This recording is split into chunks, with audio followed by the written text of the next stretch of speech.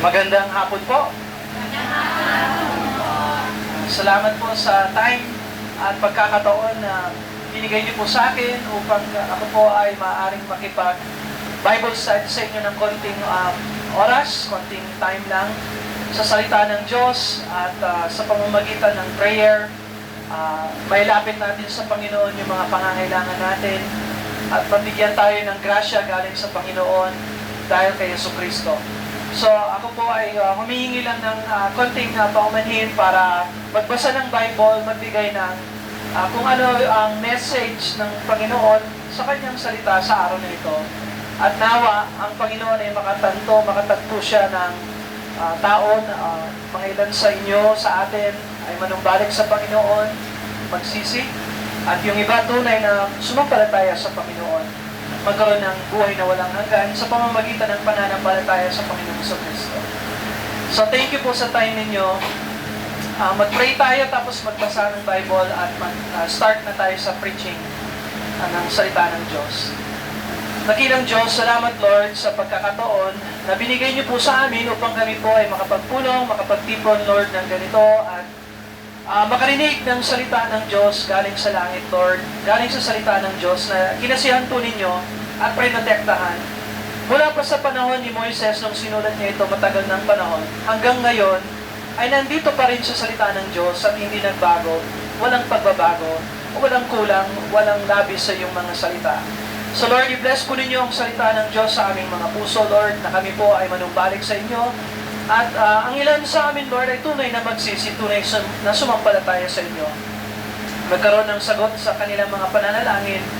At hindi po kami makakalimot na magbigay ng pasasalamat at pagpupuri sa inyong kabutihan sa amin. Dahil alam po namin lahat ng grasya ay galing sa inyo, lahat ng biyaya galing sa inyong mabuting kamay sa amin.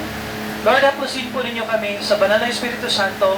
Bigyan niyo po kami ng kaunawaan sa salita ng Diyos sa oras na ito, Lord. I-bless po ninyo ang mga nakikinig, Lord, na may puso na bukas at isip na bukas, Lord, na tanggapin ang inyong mga salita.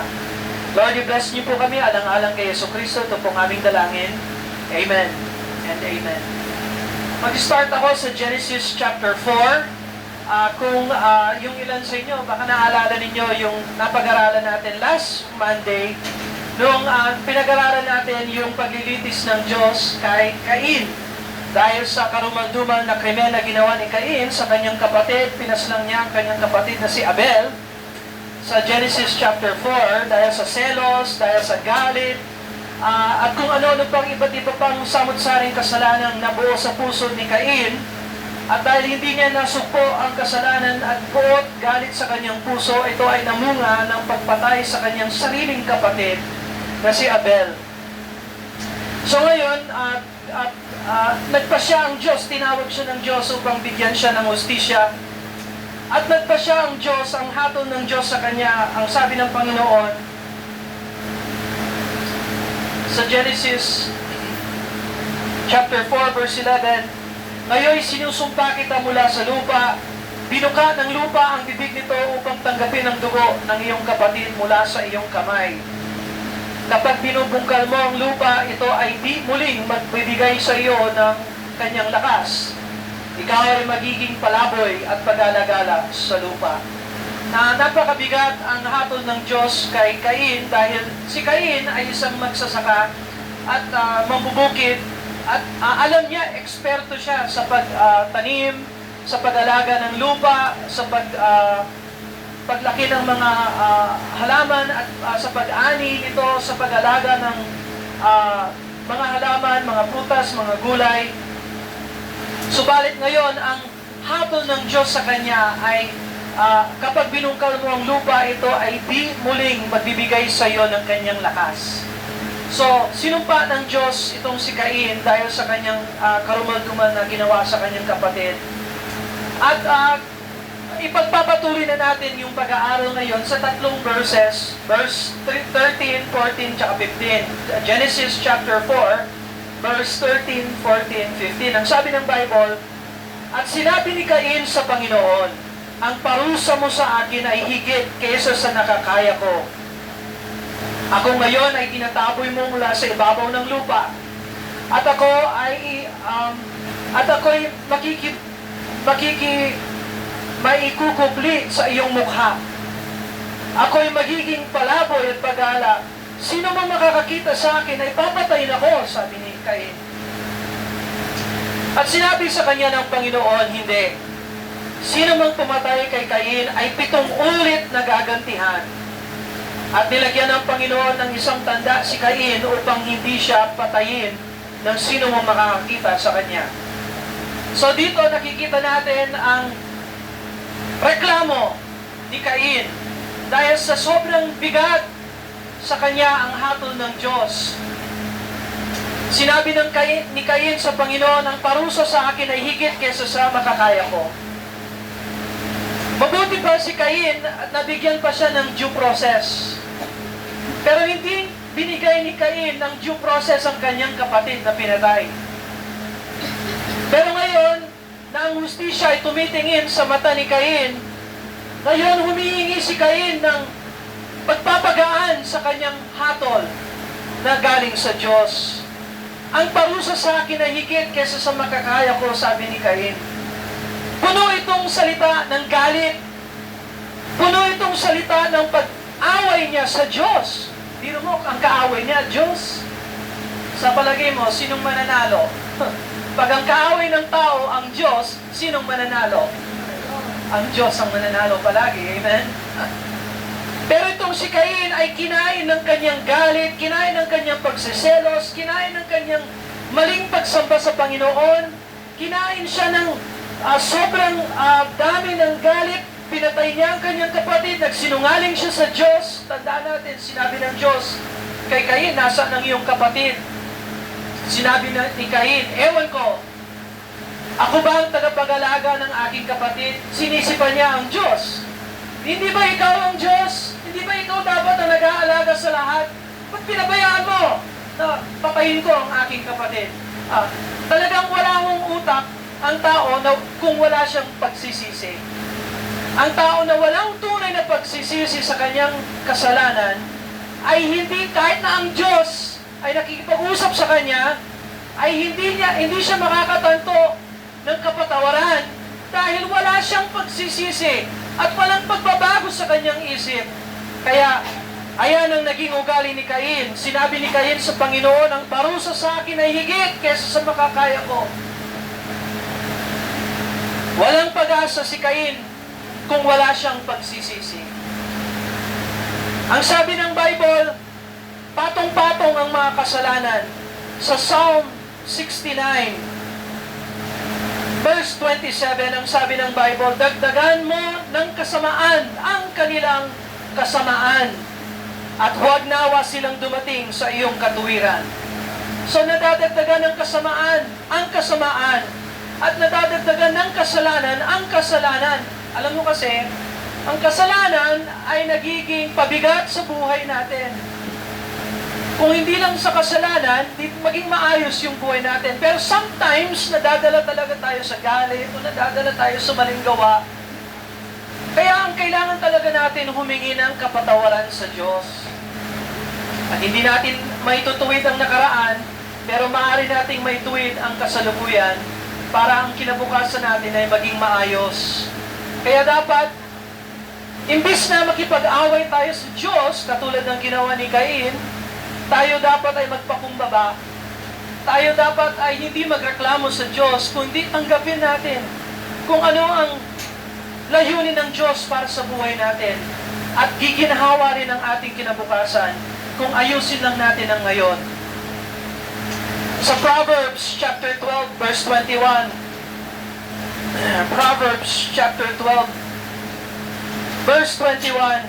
Ang sabi ng Bible, walang mangyayaring kapahamakan sa matuwid, ngunit ang masama ay napupuno ng panganib. So hindi ba kapag tayo ay nasa mali, tayo ay nasa kasamaan, napupuno ang puso natin ng panganib? Ano kayang mangyayari sa atin? Sana ginawa ko ito, sana hindi ko ginawa ito. At kung ano-ano pa, kung ano pang mangyayari sa akin sa mga mahal ko sa buhay or whatever, napupuno tayo ng ganon dahil napupuno tayo ng kasalanan at hindi natin dinadala ang kasalanan sa Diyos na maaaring magbigay sa atin ng lunas at kapatawaran at gabay. Isa pang verse sa Proverbs chapter 28, verse number 7. Proverbs chapter 28 verse 1. Ang masama ay tumatakas gayong wala namang humahabol. Ang masama ay tumatakas gayon wala namang humahabol. So, pansinin mo itong si Cain. Sabi niya, Panginoon, ang parusa sa akin ay higit sa makakaya ko. At ngayon, sabi niya, ngayon, itatapon mo ako mula sa ibabaw ng lupa at ako'y maikukubli sa iyong mukha.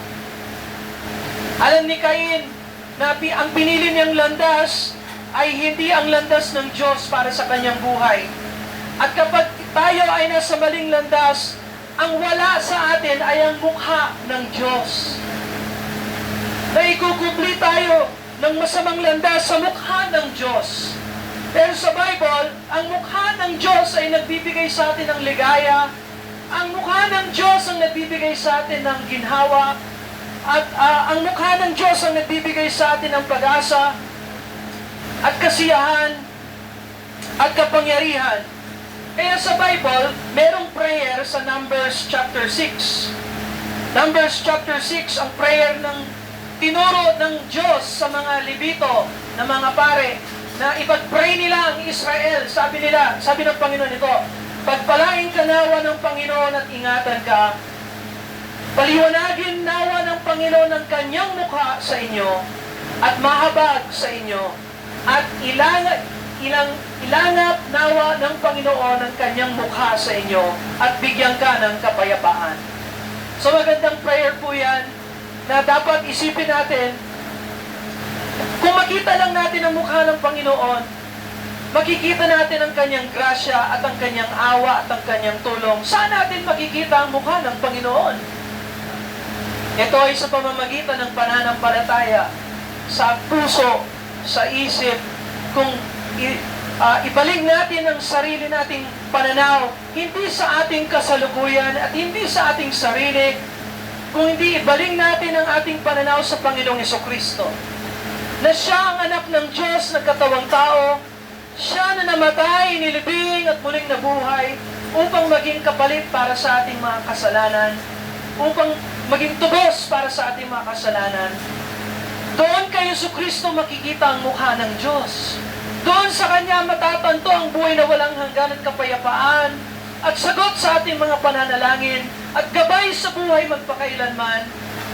Kay Hesukristo, ang tunay na sagot, tunay na lunas ay nasa Panginoon. Hindi sa tao, hindi sa relihiyon, hindi sa kung sino-sino mang tao.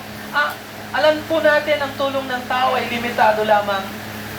Kahit na makausap pa natin ang pinaka-pinuno, pinaka-mahusay na doktor, o pinaka-mahusay na abogado, o pinaka-mahusay na mangbabatas, lahat ng tulong ng tao ay limitado lamang. Pero kung makuha lang natin ang mukha ng Panginoong Diyos sa pamamagitan ni Kristo, lahat ng ating mga pananalangin ay kayang isagot ng langit. At kung ano man ang kapangyarihan ng Diyos, maaari niyang ibigay ito sa atin kung tayo lang ay tunay na tumawag sa Kanyang pangalan at manampalataya sa Kanya na may halong pagsisisi. At ito ay wala kay Cain. Kaya sinabi na, maikukubli sa iyong mukha. Sabi ni Cain, ako'y magiging palaboy at pag-alagala. Sino man makakakita sa akin ay papatayin ako. So, takot si Cain sa kamatayan, pero hindi siya takot gumawa ng kamalian. Hindi siya natakot kung anong ginawa niya sa sarili niyang kapatid. O nawawala talaga sa tamang isip ang tao kung wala siyang pagsisisi. Sabi ng Panginoon sa kanya, hindi.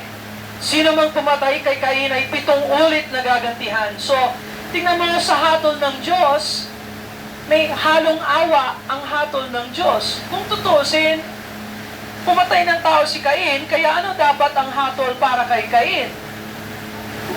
Sisingilin din ang kanyang dugo. Pero sa awa ng Diyos, sabi ng Panginoon, hindi. Sino mang pumatay kay Cain ay 7 ulit na gagantihan. So, bakit pinayagan ng Diyos na mabuhay si Cain sa kanyang kasalanan, sa kanyang kasamaan? Anong hinahabol ng Diyos kay Cain? Ano sa palagay ninyo? Yes, tunay na pagsisisi. Tunay na pagbaling sa sarili, pagbaling sa maling gawa, tunay na panunumbalik sa Panginoong Diyos. Alam niyo po, ang Diyos ay mahabagin, mapagmahal. Hindi niya nais ng lahat ng tao ay mapahamak. Nais ng Diyos ng lahat ay magsisi at makamtan ng buhay na walang hanggan. Kaya pinagbibigyan ng Diyos si Cain na magsisi. At sinabi ng Diyos, hindi, sino mang pumatay kay Cain ay 7 ulit na gagantihan. At nilagyan ng Panginoon ng isang tanda si Cain upang huwag siyang patayin ng sino mang makakakita sa kanya. Na hindi sinabi ng Bible kung ano yung tanda na ilinagay ng Diyos sa kanya. Pero ang tanda na masasabi natin ay isang tanda ng grasya ng Diyos sa buhay ni Cain. Na bagamat ang hustisya ay tumatawag na siya ay magbayad sa kanyang dugo dahil sa karumaldumal na ginawa niya sa kanyang kapatid, ang grasya ng Diyos ay humahabol pa rin sa kanya at nagsasabi sa kanya habang buhay, habang magiging kang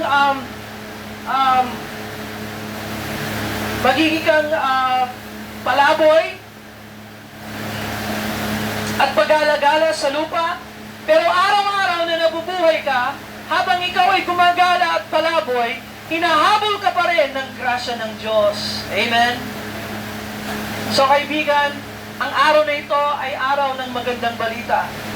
Kung ano man ang masamang balita na naranasan mo sa buhay mo, maaari mong maranasan ang magandang balita ng Panginoon. Ano yon, Brother Bill? Ito yon.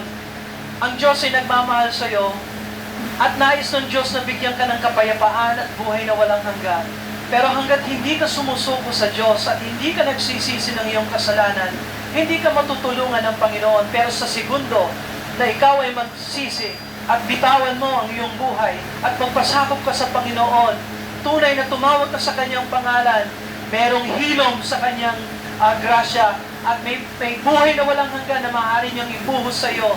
Ang kapayapaan ng Diyos ay hindi malayo. Ito ay nasa puso kung tumawag ka lamang sa Panginoon. Amen? Si Kristo ang namatay, inilibing at muling nabuhay ayon sa kasulatan. At ang sabi ng Panginoon, sino man ay sa Kanya'y sumampalataya ay hindi mapapahamak, ngunit magkaroon ng buhay na walang hanggan. Kaibigan, kung wala ka pang kapayapaan at ikaw tila ay pag-alagala, palaboy-laboy, hinahabol ka ng grasya ng Diyos sa araw na ito, kung tunay na ikaw ay magsisi at sumampalataya sa Panginoon. So ito ang message natin, ang message ng Numbers chapter 6. Basahin ko ulit ang prayer na itinuro ng Diyos sa mga Levite na dapat nila ipag-pray sa bansang Israel. Nakapunit ito sa mukha ng Diyos dahil kung masilangan lang natin, makita lang natin ang mukha ng Diyos kay Kristo, makukuha natin ang kapayapaan ng Diyos. Ang sabi ng Bible, pagpalain ka nawa ng Panginoon at ingatan ka. Paliwanagin nawa ng Panginoon ang kanyang mukha sa iyo at mahabag sa iyo. Ilingap nawa ng Panginoon ang kanyang mukha sa iyo at bigyan ka ng kapayapaan. Amen. Dakilang Diyos, salamat Lord sa message na binigay niyo po sa amin sa salita ng Diyos. Lord, kami po ay lumalapit sa inyo hindi sa pamamagitan ng aming sariling lakas, sa aming kakayahan, kundi sa pangalan ng Panginoong Jesucristo, lumalapit po kami sa inyo. Alam po namin hindi kami karapat-dapat, Lord. Alam po namin na kami ay makasalanan at mali. Kaya Lord, ibigyan niyo po kami ng grasya, ng pagkakataon na magsisi at tunay na sumampalataya sa inyo. Lord, hindi po namin kayang ituwid ang aming sarili, pero alam namin si Jesucristo, walang imposible sa Panginoon. At kaya niya kaming ituwid, Lord. I-bless niyo po kami alang-alang sa kanyang pangalan. Ito po ng aming dalangin. In Jesus' name, Amen and Amen.